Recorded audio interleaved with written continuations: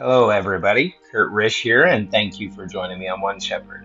So, today we are continuing with our reading of the New Testament with the book of James, chapter 1. James, a bondservant of God and of the Lord Jesus Christ, to the 12 tribes which are scattered abroad. Greetings. My brethren, count it all joy when you fall into various trials, knowing that the testing of your faith produces patience. Guys, I am going to insert, instead of the word patience here, I'm going to insert the word endurance, which is a more accurate interpretation of the Greek. But let endurance have its perfect work, that you may be perfect and complete, lacking nothing. If any of you lacks wisdom, let him ask of God, who gives to all liberally and without reproach, and it will be given to him. Guys, I would also just point out here where it says perfect and complete, lacking nothing. It's well worth looking at the Greek there. That phrase really means living out the fullness of God's purpose for you. So, in other words, it's not that we're perfect like we think we are, but more that we will live out the fullness of God's purpose, kind of creating that image of us growing into our walk to be more like Jesus. Also, one last thing, as you pay attention to this reading, notice he says brother and brethren over and over. He's referring to believers. So it's important to note from the beginning of this letter, James is writing to Jewish believers. These are people who are saved. All right, continuing with verse 6. But let him ask in faith, with no doubting. For he who doubts is like a wave of the sea, driven and tossed by the wind. For let not that man suppose that he will receive anything from the Lord. He is a double-minded man, unstable in all his ways. Let the lowly brother glory in his exaltation, but the rich in his humiliation, because as a flower of the field he will pass away. For no sooner has the sun risen with a burning heat than it withers the grass, its flowers fall, and its beautiful appearance perishes. So the rich man also will fade away in his pursuits. Blessed is the man who endures temptation, for when he has been approved.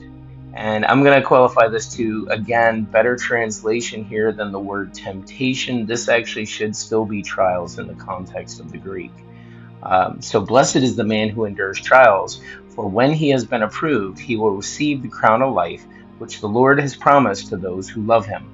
Let no one say when he is tempted, I am tempted by God, for God cannot be tempted by evil, nor does he himself tempt anyone. But each one is tempted when he is drawn away by his own desires and enticed. Then, when desire has conceived, it gives birth to sin. And sin, when it is full grown, brings forth death. Do not be deceived, my beloved brethren. Every good gift and every perfect gift is from above, and comes down from the Father of lights, with whom there is no variation or shadow of turning.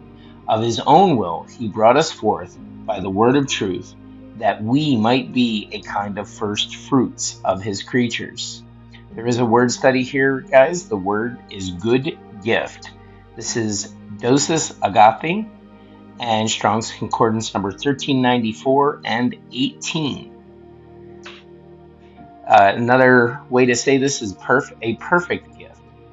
In the Greek text, there are two separate words to describe God's giving. The first word, dosis, means the act of giving and is accompanied by the adjective for good, while the second, dorima, denotes the actual gifts received and is preceded by the adjective for perfect. The first expression emphasizes the goodness of receiving something from God, while the second, perfect quality of whatever God gives. God's giving is continuously good, and his gifts are always perfect. So then, my beloved brethren, let every man be swift to hear, slow to speak, slow to wrath, for the wrath of man does not produce the righteousness of God. Therefore, lay aside all filthiness and overflow of wickedness, and receive with meekness the implanted word, which is able to save your soul. Be doers of the word, and not hearers only, deceiving yourselves. For if anyone is a hearer of the word and not a doer, he is like a man observing his natural face in a mirror. for he observes himself, goes away, and immediately forgets what kind of man he was. But he who looks into the perfect law of liberty and continues in it, and is not a forgetful hearer, but a doer of the work, this one will be blessed in what he does. If anyone among you thinks he is religious and does not bridle his tongue, but deceives his own heart, this one's religion is useless. Pure and undefiled religion before God the Father is this: to visit orphans and widows in their trouble, and to keep oneself unspotted from the world. Guys, that's it for our reading of the New Testament book of James, chapter 1. Thank you so much for joining us. Be sure to like and subscribe below, and if you have any comments or questions, put them below. I'd love to chat with you. May you have a great day, and God bless.